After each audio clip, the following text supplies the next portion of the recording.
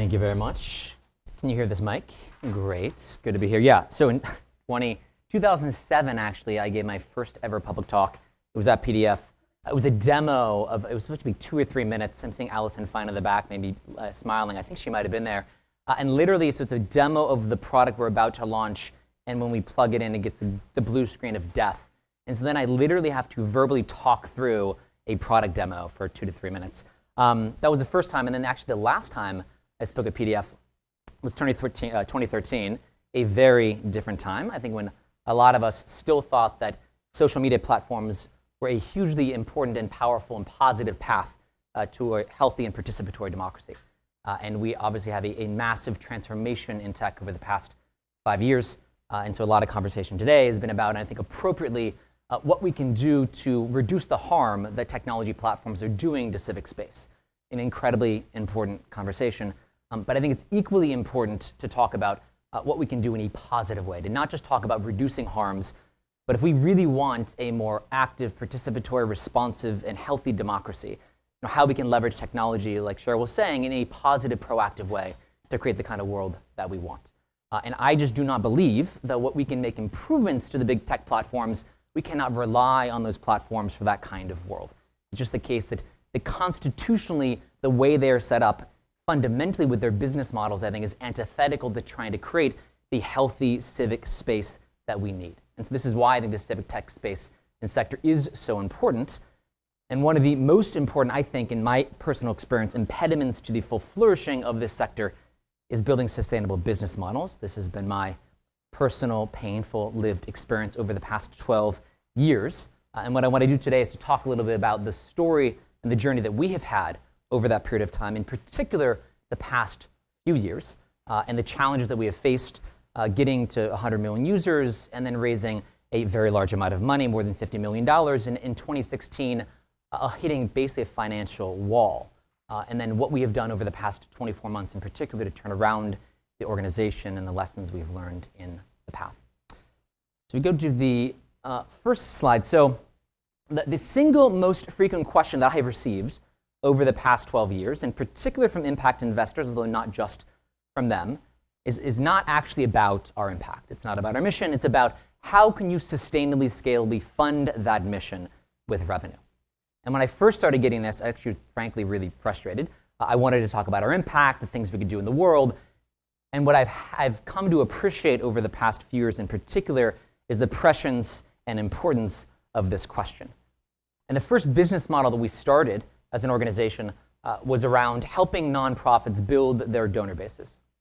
And investors were very skeptical of this in the beginning. And then we had a pretty remarkable rise of revenue in the first few years of this revenue model. So from like $500,000 the first year, then $2.5 million, then $7.5 million, then $18 million in revenue, and things looked really good. And this was driven actually by our user growth, monthly active users, in a pretty similar fashion. And so we looked, though, we focused on social impact like the same kind of metrics of a highly scaling internet operation.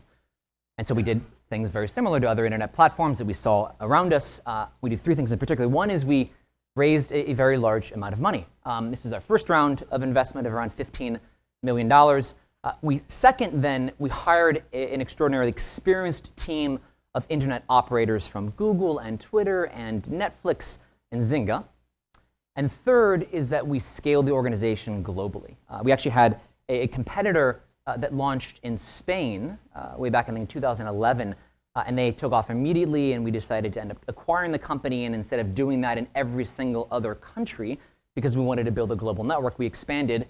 And with this financing, we ended up opening operations with 2 to 3 really remarkable social entrepreneurs in 18 of the world's biggest democracies. And in the beginning, this looked really good. We started growing from 1 million users a month to 4 million users a month, had almost 100 million users total.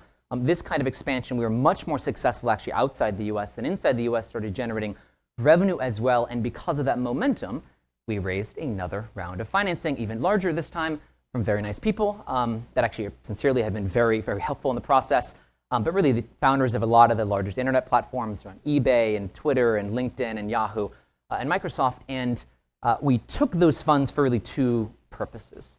The first was to continue the acceleration of the growth of the platform from a user perspective. And the second was scaling our ad platform.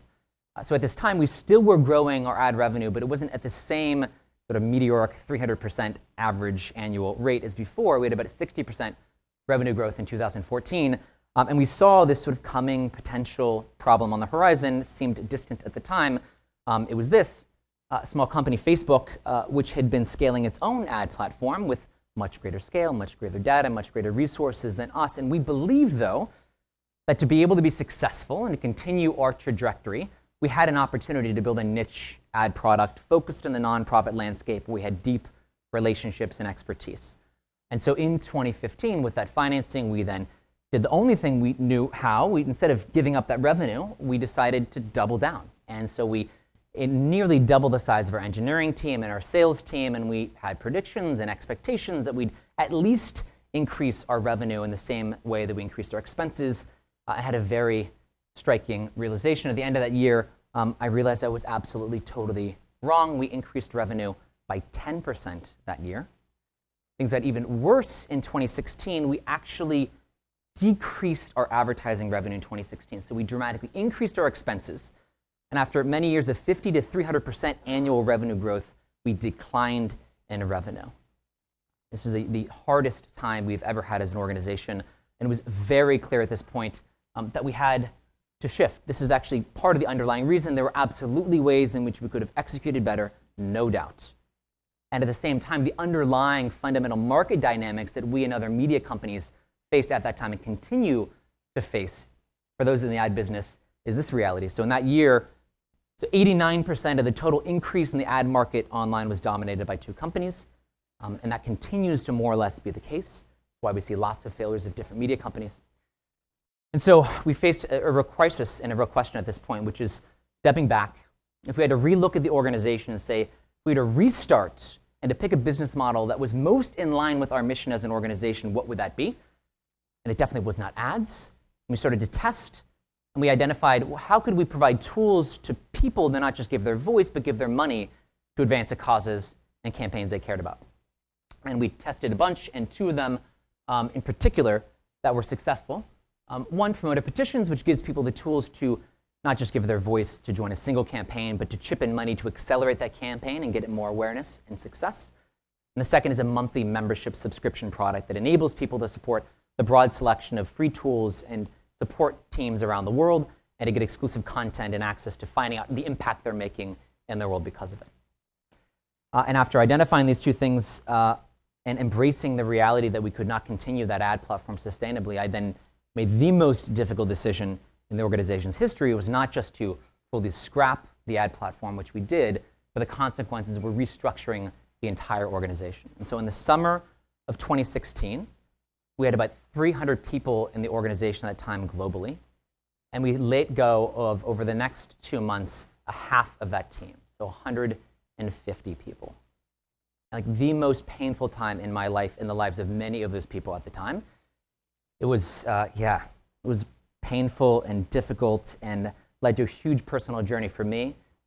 There were many factors, of course, externally, internally, that contributed to that reality, but fundamentally, ultimately, I, as CEO, was most responsible for that.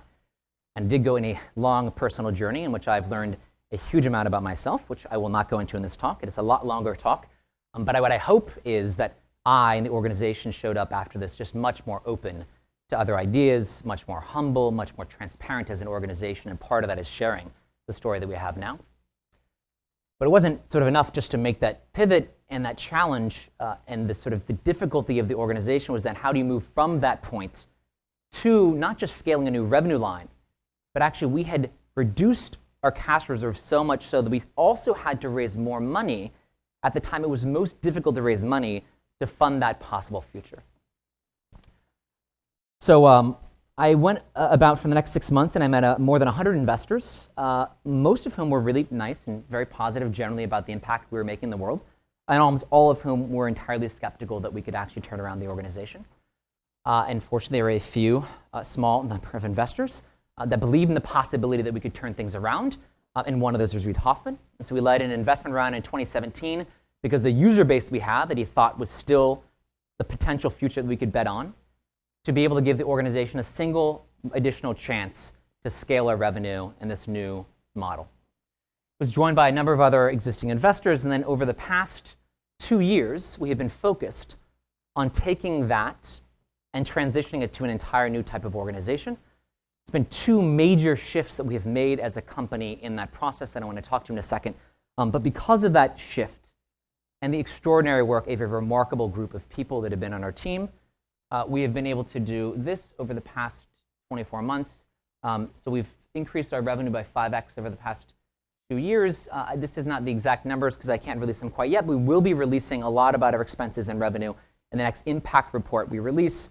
I'll just say that we are generating substantially more revenue than we ever have before in a deep mission-aligned way with substantially fewer resources. And most importantly, not just this revenue, so now 100% of our revenue comes entirely from our own users. We're almost financially sustainable as an organization. And most importantly, the way we generate revenue is intimately and inextricably tied to the way we generate impact. So this is not a talk about impact, but it's impossible not to mention. I want to talk about the virtuous cycle between more and more powerful campaigns being launched on the site, generating more users that are more engaged, who contribute more money to fund better tools and support to drive more powerful campaigns, and driving that virtuous cycle on an ongoing basis. So in the past 2 years, from an impact perspective, we've had 500,000 campaigns launched on the platform, joined by more than 400 million actions and 14,000 victories. And victories are really laws passed or public policies changed at a local level, oftentimes, or different corporations. And to give a little bit of a sense of what that looks like, because those are very big or generic numbers, the kind of victories that I love, in particular Maya and Eve, this is one example, 2 11-year-old girls from Calgary who, for a class project, after finding out the amount of waste from cups, in particular from Starbucks, start a petition to get Starbucks to fund a recyclable cup. They get 300,000 people to join. They end up flying to Seattle. They do a presentation in front of the CEO, who welcomes them just before the shareholder meeting and ends up getting them to commit to funding the future possibility of recyclable cups at Starbucks. One of my favorite examples from Mexico, parents who had been fired from their job because they were trying to take care of their children during cancer treatment ended up starting a campaign. 400,000 people joined them, a mass mobilization across Mexico City, and ended up getting the Senate to pass a law protecting parents that have to leave their jobs temporarily for their kids. A remarkable campaign in India around a child abuse survivor who was then trying to go prosecute her abuser, who finds out there's a very narrow statute of limitations in India with time within which you can actually prosecute, ends up starting a campaign, getting hundreds of thousands of people to join, changes that law. And then finally, just yesterday, actually, TripAdvisor, there's a sexual assault survivor who started a campaign in the US calling on them to have better surfaced information about potential threat and abuse of different vendors. And she ended up getting 600,000 people to join despite lots of resistance from TripAdvisor. They commit 100% to all of her 6 demands yesterday. And in many, these are like 4 examples of 14,000. So really extraordinary impact, all of which tied to revenue as well. And so when I step back of that long journey and look at the many, many lessons learned, and there are a tremendous number of them. I wish there were fewer. I wish we knew many of them beforehand. I just want to highlight 2 of them that are most core and fundamental to how we've shifted over the past 2 years. The first of these is the power of mission-aligned revenue. This isn't new, but this is way more powerful and important than I realized. So a lot has been talked about the misalignment from advertising-based revenue models and how you have a bifurcation between your focus on users and your focus on advertisers. And the reality is, although in the best case it is a bifurcated focus, in many cases it's unavoidably, not because anybody wants it to be the case, because the fundamental incentives underlying the organization, you become more and more distracted by what advertisers need and use users in service of those advertisers and not both at the same time. And we faced this, and it was painful, and it was difficult. And the most important thing we have done is to deeply align the same user from where we generate revenue. And the fact that we can focus on our users, both in serving how to most empower them to create change and generate revenue simultaneously, has enabled us to focus in a deep and significant way on what matters most, the thing we've always wanted to be able to do, on empowering people most effectively to create change and do so in a sustainable way. And the second point really is related to focus. Oops, I just lost this. Here we go. So while we were doing the work that we were doing to try to sustain an ad model in 2014 and 15, it was also the case that we're doing many other things to try to increase user engagement and mobilization. One of the second most common question that I get is, well, what are you going to do besides petitions? And we actually have lots of answers to that. And we have tried many things. And we actually had in flight at the time many different projects that I was really excited about. So we had a movements platform. We were working with the Malala Fund and many other organizations to enable distributed organizing of thousands of campaigns launched locally, simultaneously, in aggregate, to be able to have this massive distributed movements globally. It was very exciting.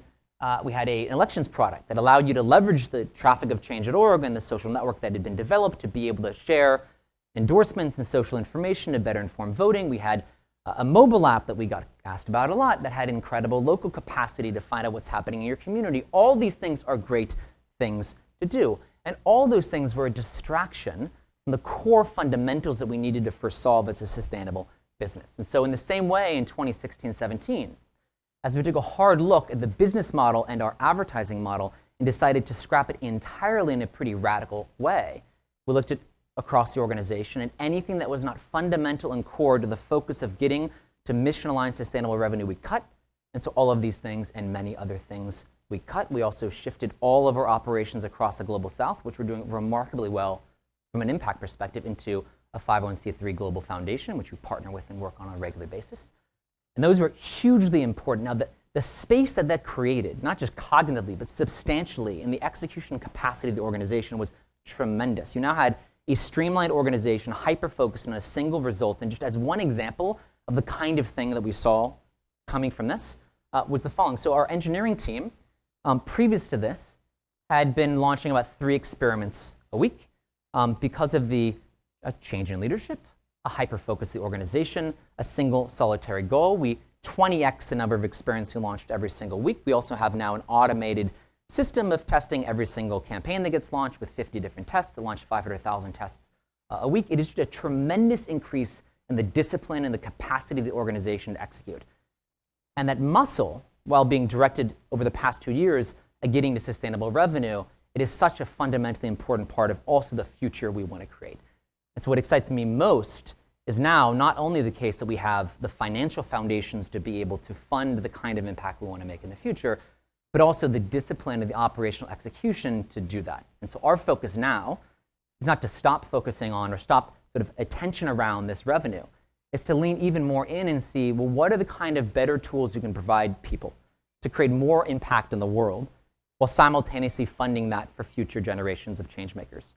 And so for us right now, instead of getting away from petitions, what I really want to do is to change petitions and deeply invest in this, and so that they're not just single one-off campaigns that are lightweight and transactional, but how do we transform petitions into powerful campaigns that have deeply engaged organizers, that crowdsource many different resources from hundreds of millions of people participating in those campaigns to drive regular, recurring, reliable change in the world.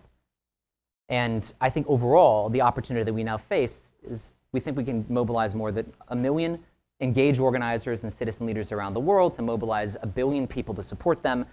And the only way we can do so is because and through sustainable revenue and a hyper-focus on that single goal to make it all possible. So thank you for listening to that story.